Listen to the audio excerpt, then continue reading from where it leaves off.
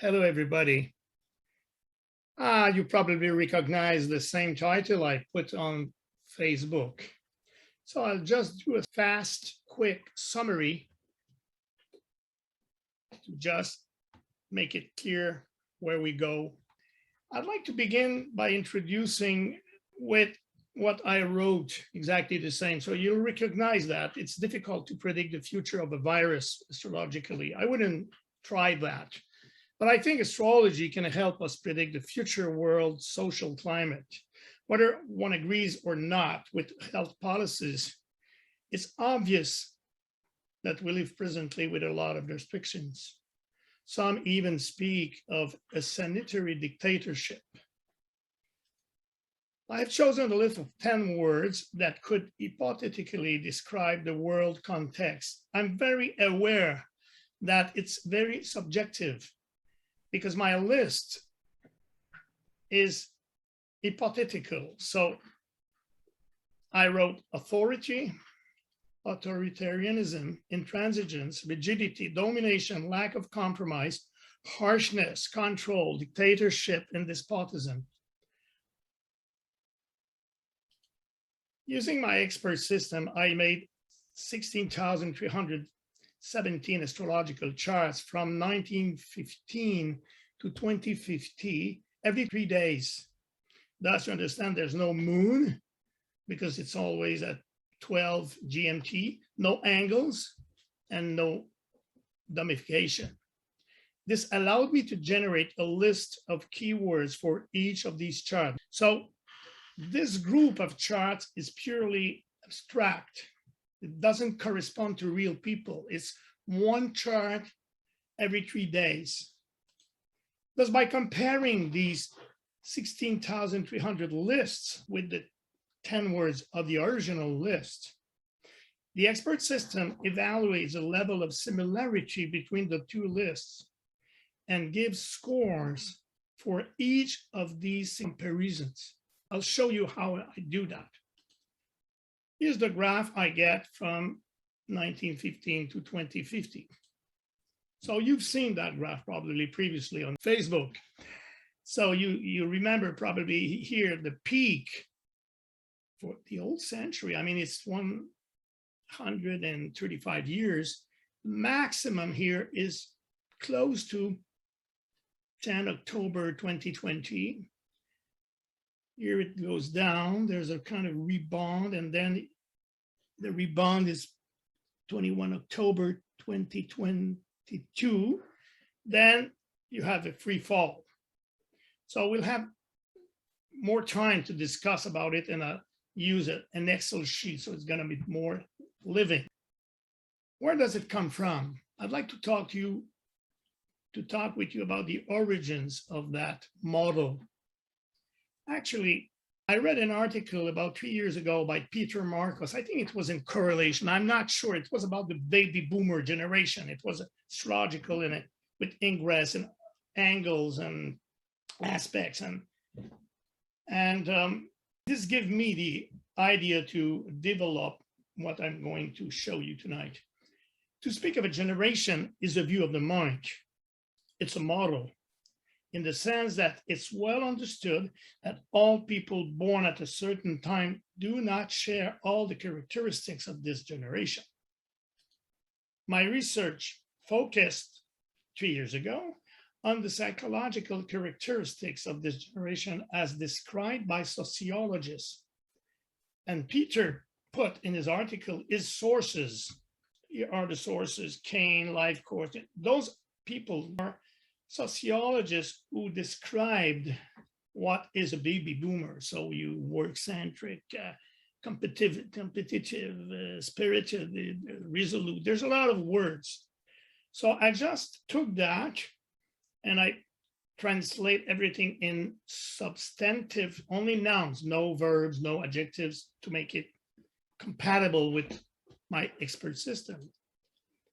It gave this 35 keywords from those sources: achievement, ambition, caprice, careerism, collaboration, competition, and so on. So this is a sociological description of that generation.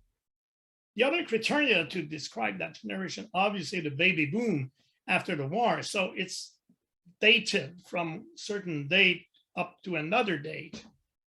So I was interested to check if I can find that period using those words and this type of analysis that you've seen before with my pandemic analysis. This is the first instance of that type of research. To speak of a generation by generalizing basically is equivalent to speak of a certain number of individuals who have the strong characteristics of it, and it would be present in this period in larger amount than the usual average.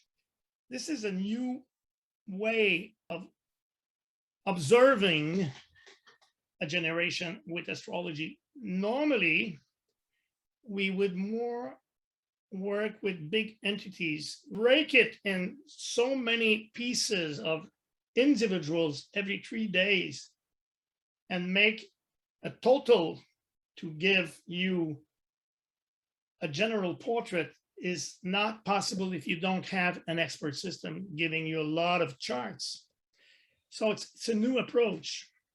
From an astrological point of view, it's a matter of trying to observe key moments during the period of the baby boomer generation when people will be born, will be very strong carriers of its characteristics. The precise actors born at precise moments, which are very strong astrological, color the whole period and make sociologists say that it's a whole generation. And in fact, since they are important actors, in addition to having a remarkable and recognizable profile, they create the socio-economic conditions that we observe and that influence or mark the old generation. We will see that I significantly observed the peaks, you remember the curve, corresponding to these strong moments precisely in the period generally attributed to baby boomers. This is the graph I obtained from 1750 to 2050, 300 years. So I just compared the 35 baby boomers keywords with all the keywords generated by the expert system for all the charts with increments of 3 days from 1750 to 2050. Look at the curve. We see a maximum here. The highest is here. And the date is 2859. It could have been anywhere. 59, it's encouraging. Let's have a look closer by going on Excel. All the data, a lot of data. This is a graph day by day. I mean, 3 day by 3 day. All the individual cases is very difficult to read, very hard to find a tendency. But if you smooth it with moving average, you find this. It's a graph of tendency. I didn't mention it in my Facebook status so as not to make my text too heavy. But in fact, the charts I present are not day-to-day score charts. They vary far too quickly. As for the stock market analysis, I made moving averages, which allow to smooth the curve and to better see the trends, as you see now on the screen. After a few tries, I stopped at the moving average over a period of 6 months or 1 year, sometimes more. If I had chosen shorter, there would have been too many micro fluctuations. And if I've chosen larger, the curves would have been smoother. The small fluctuation would no longer be apparent and only major trends would be visible. What do we see here? The highest is here. What year? 60. And the beginning is 46. 1946 to 65 or 64. Something important I didn't say is that when you look at this, this is the maximum. So the trend is from the beginning of the mountain to the end. So it begins either here or there, and it ends here. So we have to look this. That's the way we do also in economics. Now, 46, beginning, and the end is, I hope you can read that, 65. What do sociologists say about that? This is from Wikipedia, the current baby boomer, blah, blah, blah, blah, from 1946 to 1964. I was very happy when I saw that. I said, wow, it looks like a good approach. It was very encouraging. So I decided to do another test with the hippie period. So something important is an era marked by a certain planetary configuration can be characterized by the natives, as we've just seen, but it can also be characterized by the global currents of thought, not by natives, but the global, what we call the zeitgeist, the spirit of the time. One must be careful not to choose local themes, but rather a global zeitgeist. I'm not doing mundane astrology about a country with transits on a natal chart. I'm doing astrology, mundane astrology with global state of the sky. So I can describe only global zeitgeist. I've chosen to analyze the period of the hippie phenomenon that went beyond the borders of America. It was very global. It was mondial. I have characterized this period with the help of about 15 words. It's from my own, but they're very evident. Love and peace. So my two first words, peace, love, freedom, sexuality, no constraint, idealism, spirituality, pacifism, dream, utopia, love of nature, contemplation, simplicity, nonconformism, community, drugs. So that was my model, my hypothesis. I didn't try many times. This is my first trial. I wrote that, and I'll show you now what it gave.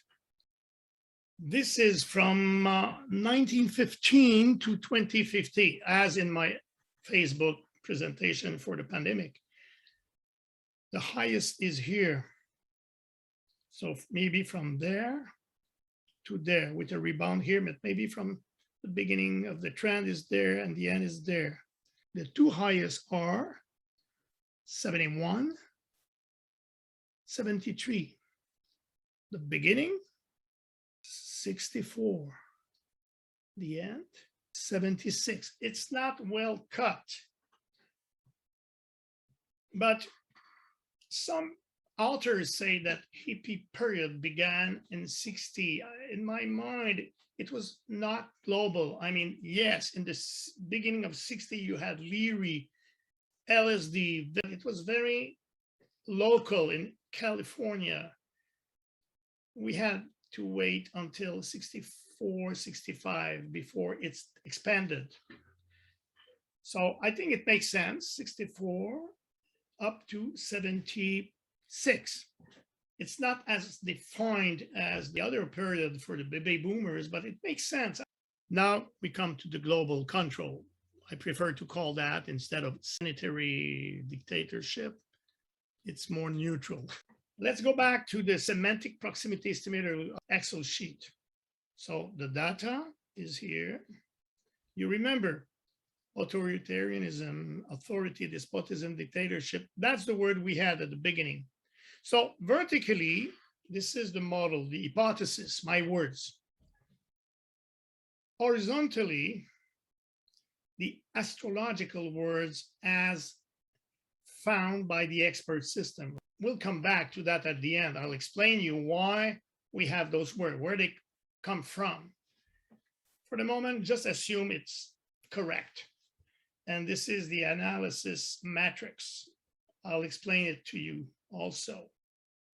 Then let's look at the graph, every 3-day graph. It's very hard to see the trends, but we see here that's higher from 2009 up to 23.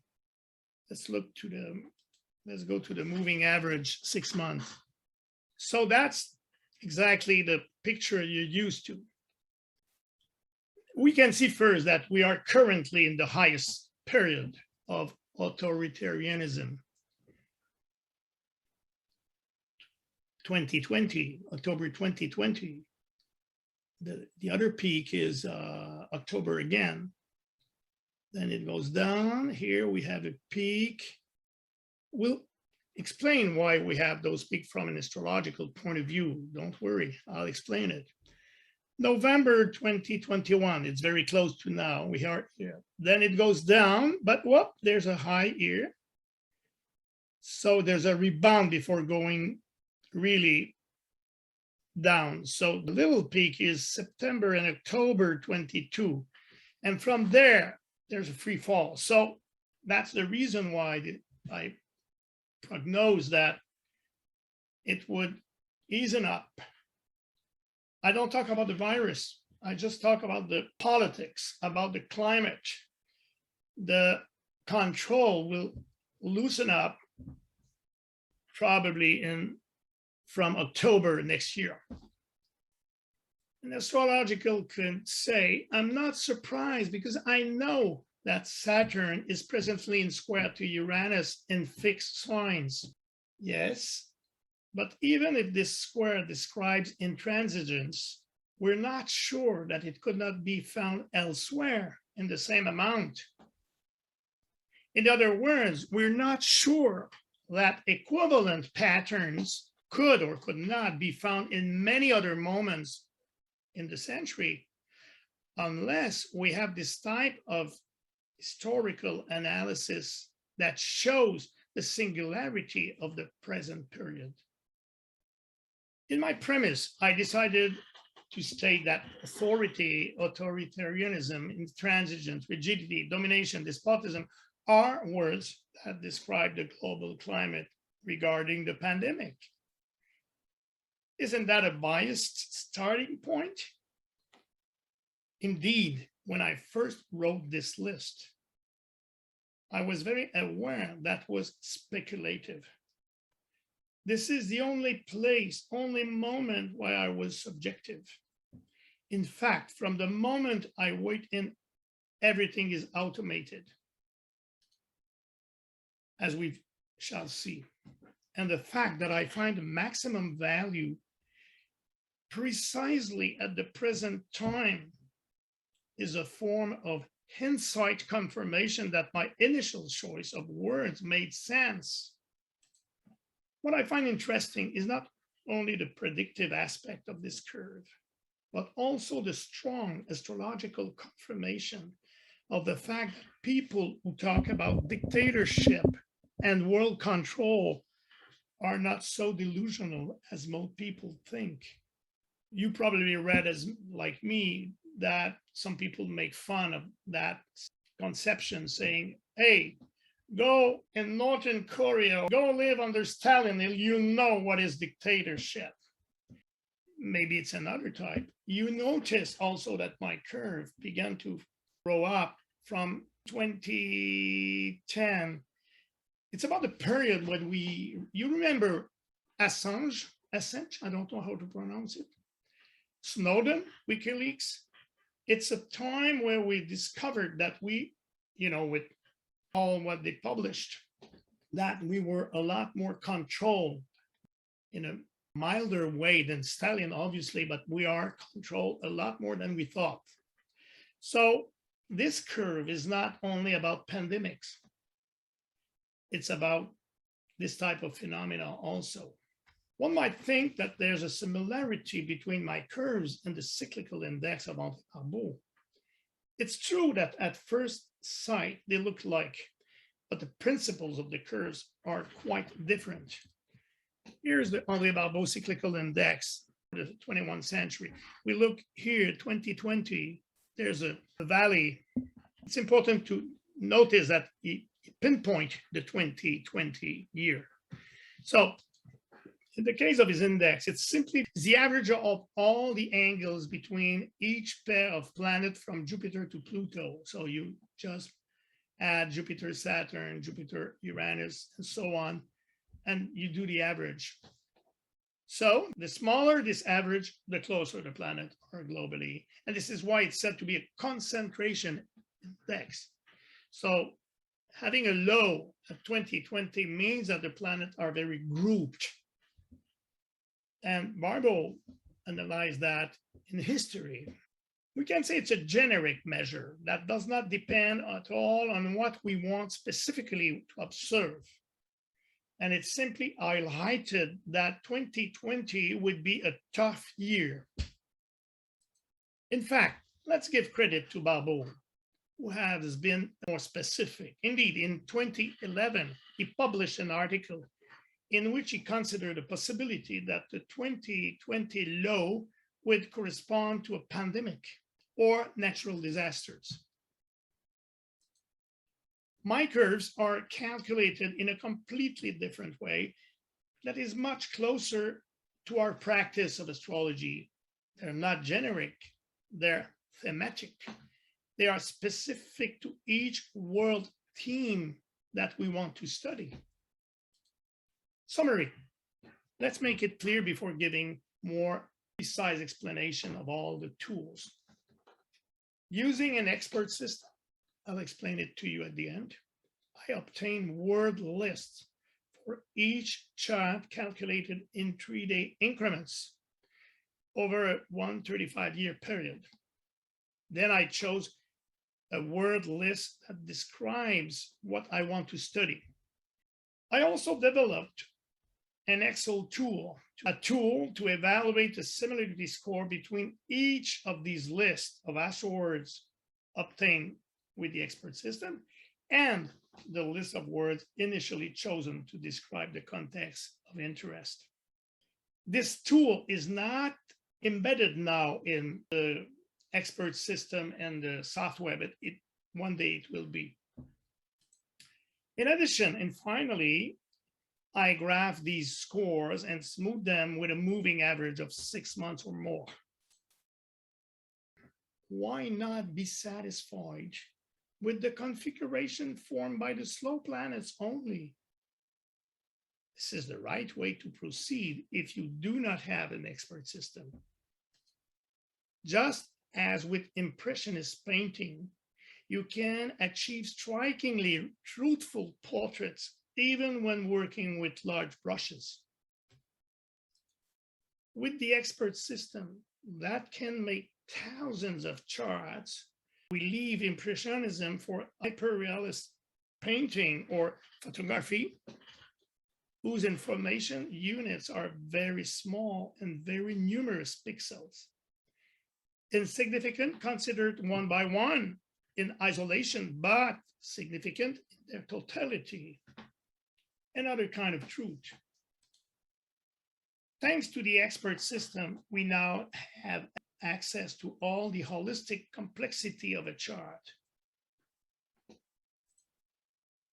Example, let's look at a recent date that is important at the global level, even if it happened in France, because it is almost a premiere. On July 23 this year, the law on the sanitary pass is voted in the Assembly. And the day after, the 24, it is voted in the Senate. The closest date in the model that falls close to the due date I gave you is July 25. Let's have a look. Look at those high values. Very high values. All those high values correspond to charts that connect strongly with my list of words about control. 15, 20, December. Oh, 25 July 2021. This is very close to the vote that we just seen. Let's go to Mastro. Mastro is the software with the expert system. And let's have a look to 25 of July. You notice that the moon is not there, as in my model. No moon, no angles, no houses in the analysis. If I do all the aspects, can we say really that this chart is a chart of authority and control in a specific and very strong manner? If you compare with every chart, as the graph tells us, I'll try to show you. First, I open the Expectorian, and first thing we look is the square Saturn-Uranus. This square is from Uranus-Taurus, which is intolerance, intransigence, and Saturn-Aquarius. It could be dogmatism or things like that. You have here the words, oh, I'll put it in English. It's in French. I just changed the language. I erase. I'll do it again. It's bilingual. So I divide this aspect in two readings. We'll show why I do that. So I analyze Uranus-Taurus square Saturn first. Then I analyze Saturn-Aquarius square Uranus. So the first one is stubbornness, intransigence, lack of compromise, etc., rigidity. And the other one is stubbornness, perseverance, intransigence, lack of compromise, also independence, rigidity, and so on. But we know that we are in that period. But if I add triggers, this is slow-moving planets, but if I add the fast-moving planets triggering this aspect, the first one that comes to mind is the sun. Sun is opposite Saturn. And this adds a note of authority because it's a sun in Leo opposed Saturn. So by itself, it expresses hardness, severity, lack of flexibility, obstinacy, and things like that. Don't forget, it's the sun in Leo, and the Saturn in Aquarius opposed sun talk about control, rigor, etc., rigidity. But at the same time, we can say it triggers also the Saturn-Uranus square. We can add also the opposition Sun-Pluto. This is a, I don't know in English how we say that, a dissociate maybe. It's not a classical opposition for traditionalists because it's not from Leo to Aquarius. It's from Leo to Capricorn.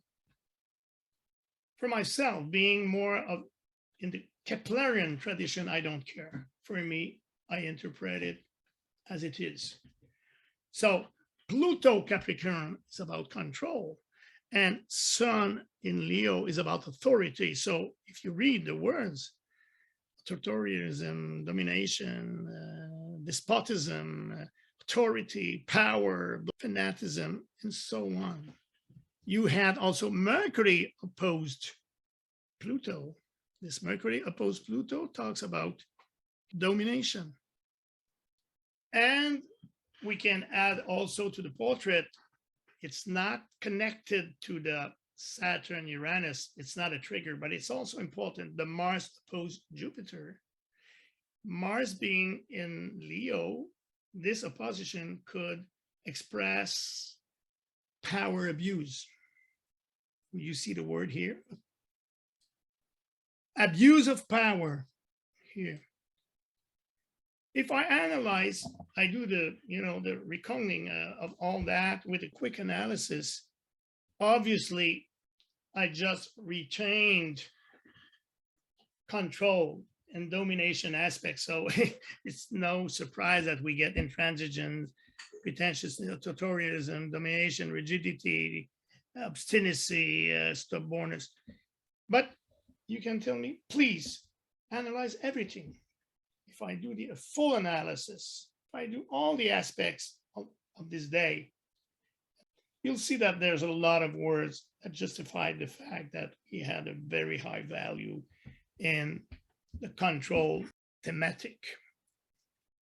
Stubbornness, intransigence, rigidity, aggressiveness, authoritarianism, domination, intolerance, and so on.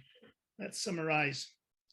In this chart of July 25, which is an important moment, Munjali, vote for the sanitary pass. For the thematic authority domination, we had a very high value. And we see that in addition to this Saturn square Uranus that we all know, we found also a lot of triggers and fast-moving planets that add to the portrait. So Mars, Jupiter, Sun, Saturn, Sun, Pluto, and so on. Now I'll explain you the semantic proximity estimator. What is this? This is the tool that analyzes the proximity or the similarity between two lists. And that gives me score to do the graph.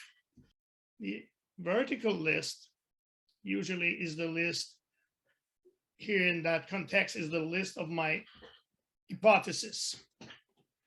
If it was a person, as we're going to see in a few minutes with Picasso, those words could be simply biographical words.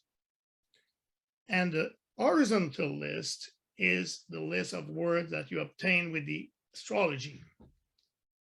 And the matrix is the way to compare those two lists. And the scores are written in the green area. I'll show you with Picasso. It's going to be easier to understand.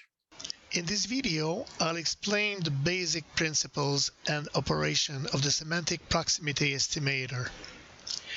For illustration purposes, I will take Picasso as an example. Vertically, we have the list of his biographical words: desire, love, energy, passion, and so on. Horizontally, we have the list of his astrological words as found by Mastro expert.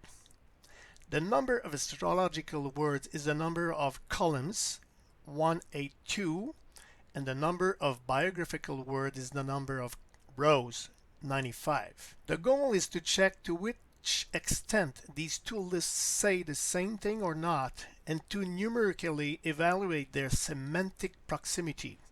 We check first if there are identical words in the two lists. These identities are indicated by black cells in the matrix. For instance, for the word love, we have identity. Passion, here. Determination, here. If we focus on two types of successes, we'll have a method to determine a score of semantic proximity. In fact, two things must be measured: the proportion of astrological words that generate hits when compared to biographical words, and the proportion of biographical words that receive hits generated from astrological words. So for the proximity identity at upper left, what does mean the number 28.8% as we see? It's the average between 19.8 and 37.9%. So the 19.8% is the percentage of biographical words that match exactly with the astrological words. The second number, 37.9, is the percentage of astrological words that match exactly with biographical words. Already with this proximity identity of 28.8, one has a good measure of correspondence between the two lists. But this is probably a little too demanding to require having exactly the same words to say that there's a correspondence. For example, in Picasso's biography, we see that he was greedy. But what does the number 11 mean next to the word greed?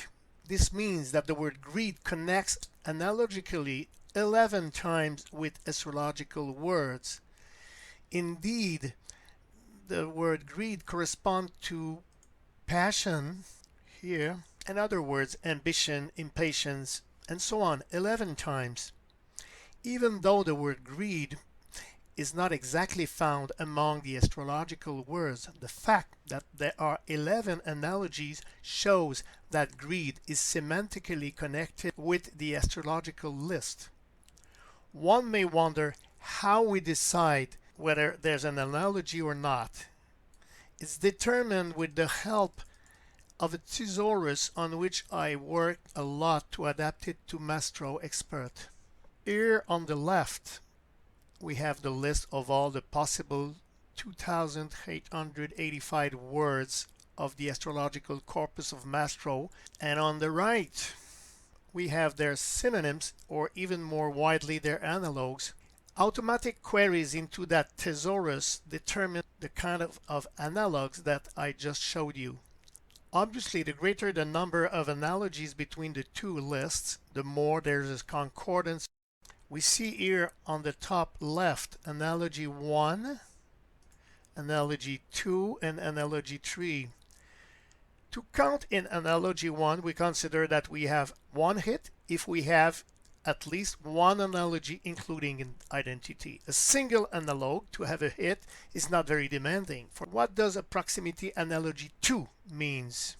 That means that to get a hit, we must have at least two analogy, which is a bit more demanding than analogy 1. For example, biographical wealth connect with astrological generosity, and it also connect with excess.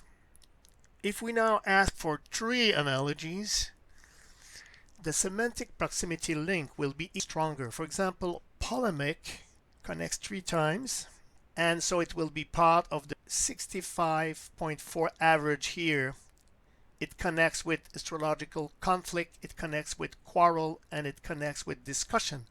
We understand that if conflict, quarrel, and discussion are among the astrological descriptors, we have implicitly found with astrology that Picasso was a polemicist.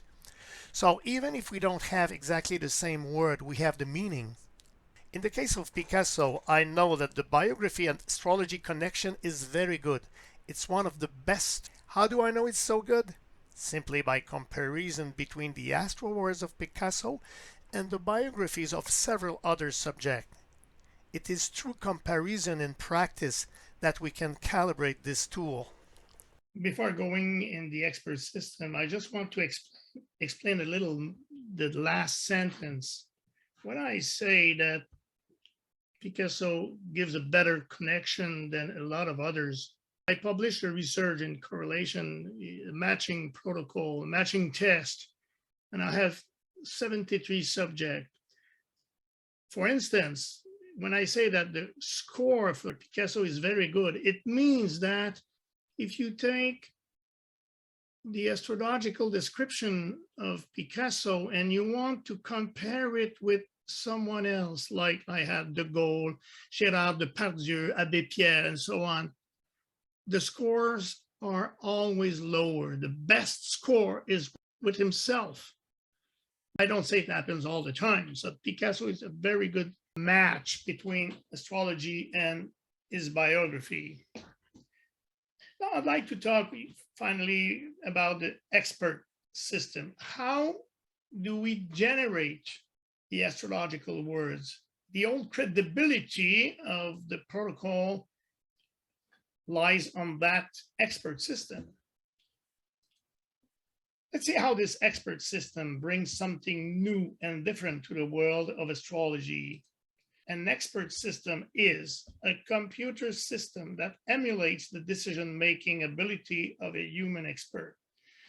This is artificial intelligence, very basic. An expert system could help us interpret charts by treating astrological information in a completely new way. My original approach used only single factors that you're used to, like planets in sign or planets in aspect, compiled independently, like nearly all the books we know, the cookbooks. Then one day I rediscovered you get Hirsig's unpublished and incomplete lecture notes that give interpretation for the combined factors of planets in sign and planets in aspect simultaneously.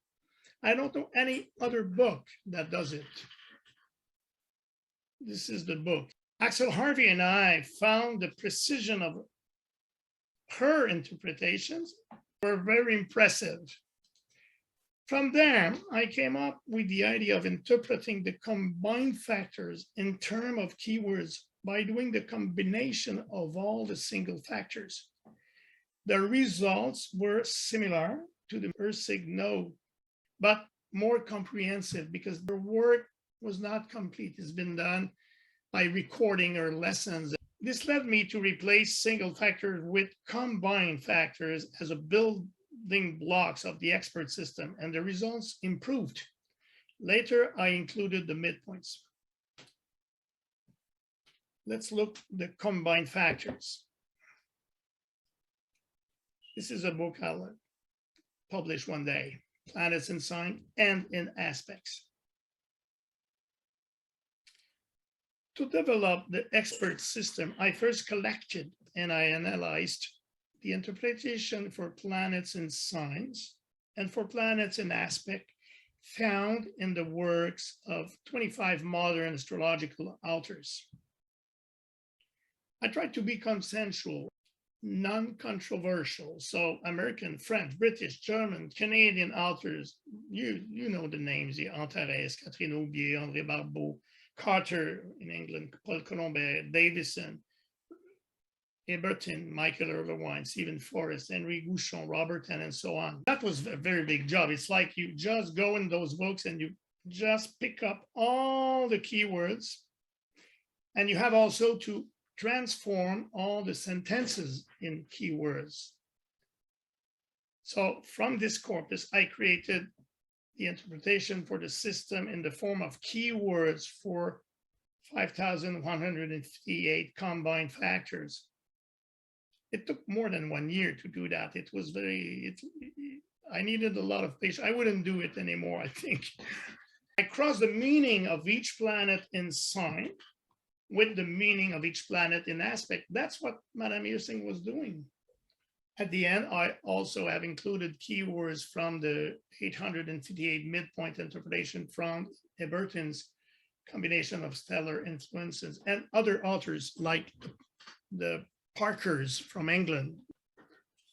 To understand how to interpret the combined factors, here is an example. In the Dalai Lama's chart, we find a sextile between the moon in Virgo and Jupiter. We see it here. Here, I will isolate it. Moon, Virgo, and Jupiter, Scorpio. In your opinion, what would be the interpretation of this combined factor? It's the first level of synthesis of a chart by explaining the combined factors. And those are the building blocks. Moon, Virgo, sextile, Jupiter. To find the mixed interpretation of this combination, the expert system looks for the common personality traits between the respective meanings of moon in Virgo and moon sextile Jupiter. What do you think? Moon in Virgo, self-analysis, service, being helpful, sometimes shy. Moon sextile Jupiter, oh, the good guy, the good girl. It's, warm, generous, and so on. So what would be semantic intersection? I think it's obvious it's something about generosity, maternal instinct, goodness, kindness, dedication, service, and so on, care, protection. This is the result, the output of the expert system. These common traits are detected when I built it using the astrological thesaurus that I showed you a few minutes ago. To create this thesaurus, I started from the standard thesaurus, from which I extracted the nouns. So I removed the verb, adjective, and so on. And I just keep the nouns and reduced it to about 3,000 words to adapt it to the Mastro expert keyword corpus. I think it's the first time that an astrological software uses a thesaurus, that is to say, an analogical dictionary to analyze and synthesize information. There's a lot of thought in a thesaurus. There's a lot of human intelligence behind. Look, just read it a few pages, you'll understand what I mean. Let's see another example. Maybe the younger know now. Clint Eastwood. This is chart, and we're going to analyze his Mars, just a part of his Mars, just an aspect. Mars, Aries, sextile Jupiter. What does that mean? Mars, Aries, sextile Jupiter with Jupiter and Gemini. Madame Ursig do only the fast planets, so she wouldn't give you the second one like I have in the expert system. So let's look at the first one. What can you say about a Mars, Aries, sextile Jupiter? Same thing. Mars, Jupiter. Timing. Successful action. Good in sport. Ability. Enthusiasm. Okay, and Mars and Aries, impulsivity, leadership, the kind of leadership, primarity. Let's see what Madame Ursig wrote about Mars, Aries, sextile Jupiter in her lecture notes. This is verbatim. We have big projects that we want to make and that we can achieve. Firmness, zest, momentum, sense of justice. We have enthusiasm for what we do. We believe in it and we are willing to fight for it. Opportunity to be a leader, a fair and effective manager. Now, let's see what Mastro expert gives for the same aspect. Energy, will, firmness, boldness, courage, decision, purpose, leadership, dynamism, action, sport, zest, enterprise, interrealization, entrepreneurship, enthusiasm, project, and so on. Let's compare. I have in Mastro will. She says, we want. We have firmness, same word here, firmness. We have leadership. She's talking about a leader. We have zest, same word. Enthusiasm, same word. One, project, same word. Efficiency, she writes, effective manager. Fighting, willing to fight. Justice, same word. Command, leader. Achievement, to achieve, we can achieve. Convictions, we believe. And remember, those words are not extracted only from Madame Ursig's book.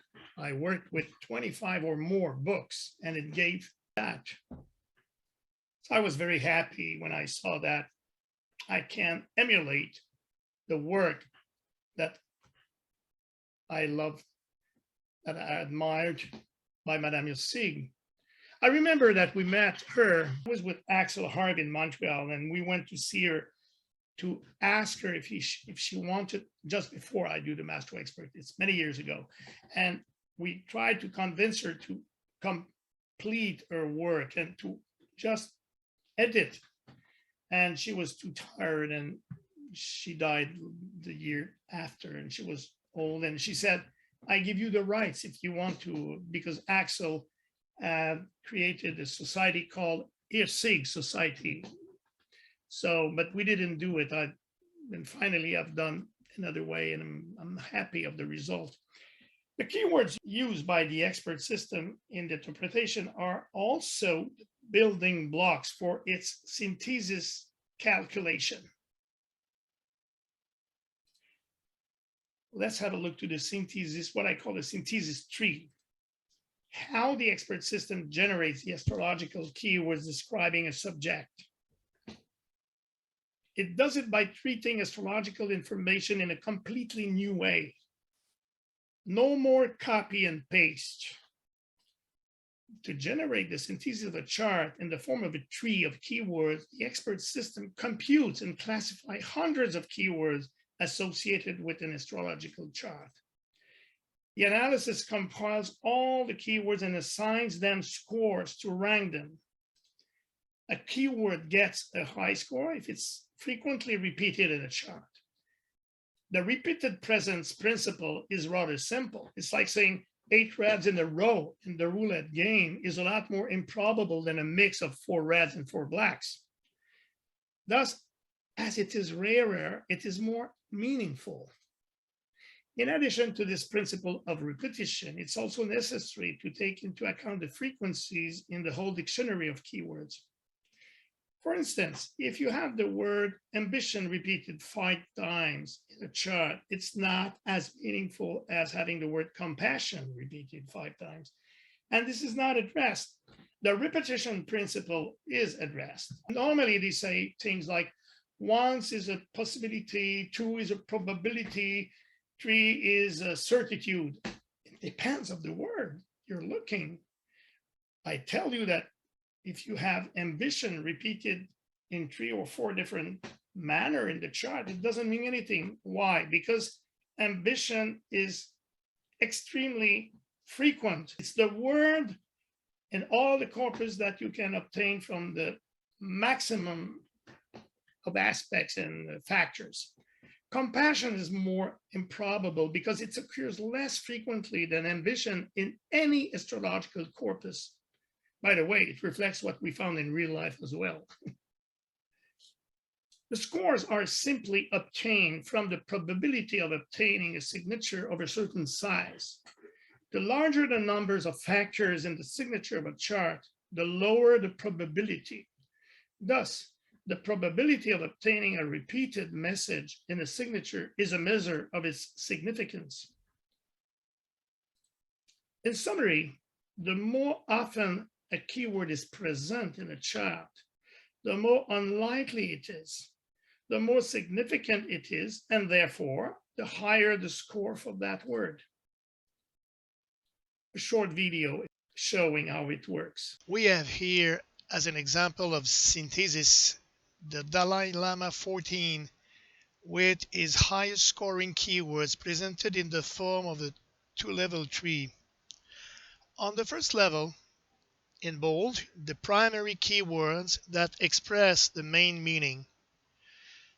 And on the second level, the secondary keywords which, thanks to an embedded thesaurus, contextualize the primary keywords by being connected with them by analogy.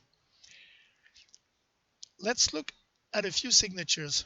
If you click on a keyword in the tree, say compassion, that keyword and its astrological signature will be displayed. The signature of a keyword is a set of astrological factors that include that keyword in their interpretations. If you click on the signature of the keyword, here, compassion, the window of factors and associated keywords pops up, displaying all the factors of the signature with all their keywords, including the given one highlighted in red. Let's see another example. Mysticism.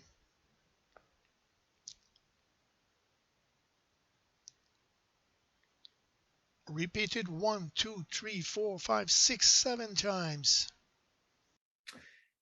Let's talk about the Mastro expert animation. What is this? It's the tool that will calculate in batch automatically thousands of charts if you need them and put it in memory. So it won't be very long. It's very easy to explain. Let's go to Mastro. we have a departure chart here. The initial chart is that what we see now. If we go in the tools and click to animation, we have a way to, it's a kind of clock. You have a unit, day or second, up to month, even year. So I choose day. One, no, I had in my study, I had 3 days. And you can do it manually like this. You see it move? And it calculates everything all the time. I mean, at each time it calculates all the aspects and all the interpretations. Another one, so on. But you can do it in automated way and put it in memory, opening here. You just tell it the number of iteration you want. Let's put it simply 3 to make it fast. Even 2 is going to be faster. But I could put here 15,000 or more. Now you start. And it will calculate all the charts, the 2 charts from the date we had with increment of 3 days. Not only calculate the chart, but do the analysis with the 3 that we saw before and keep that in memory. And all the words you see from the top to the bottom are justified by Astro signature. The higher they are in the list, the stronger they are expressed in the chart with their scores. So we're finished, we close. We have automatically on your desk, this has been created, trees. You open it and you have the first chart with all the words.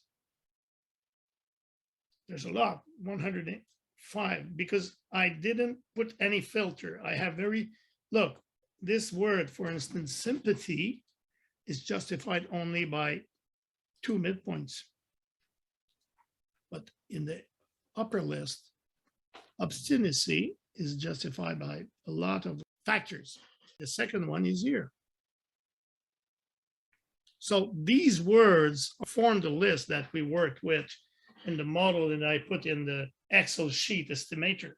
So this is it. The Mastro Expert Animation is very simple. It's the tool that I work with the most. Finally, my conclusion is about an historical analysis of global control from 1675 to 2050. I just put on Facebook the 20th century up to 2050, but actually I have an analysis from 1675.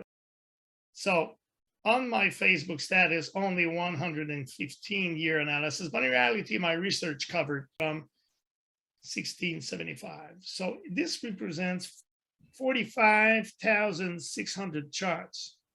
That's look crazy, but it's very simple with the system. Let's have a look to this analysis here. Here are the dates from 1675 to here. This is the graph of individual readings. Very hard to read if you don't use the moving average. You see some maximum very high. That could be interesting to know what happened in 1793 connected to authority, control, and dictatorship. I don't know. Now, this is the graph of the tendencies, the smooth graph with a 4-year mean. 4 years justified because you have a lot of years. So if you start from here, you are in 1675 and you go there, you finish in 49, the end of 49. And in this big span of years, where are the peaks? You see one here. This one is important, is equal with the present one. And it could be interesting to see what happened here. 1852. if you look something, you have to look to something global, not only one country. But this peak is same height, but a lot larger base. That mountain is bigger than this little one or this one. This is the main trend. I didn't create that. I mean, I was as surprised as you are now. Wow, I didn't expect such strong results. The highest here is 20, Mars 17, Mars 20. That's the beginning of the coronavirus. But as I told you before, it's not about the pandemic, it's about global control on the world. So the peak is the coronavirus, but it began here. So the beginning is 2001. And it will end, it will go down, and the low is here, 30. What is very impressive is that free fall is from the highest position in 375 years, expressing astrologically authority, control, dictatorship, and it goes down to the contrary, and this is the lowest low in the same period. Look at that. They are both maximals, extremums. What do you think it could mean here in the 2030, expressing the lack of control, the lack of authority? We know that the extremes are the problem. What would express a lack of dictatorship? Looseness? What would be the word? Anarchy? So that's pretty scary. I noticed also that this 2030 corresponds to the final wall, the brick wall that all the climate-conscious people, you know, the scientists who speak about the global warming, they say that ultimate moment will be that date. So I'll let you imagine what could happen. There's a lot of possibilities. Thank you for listening.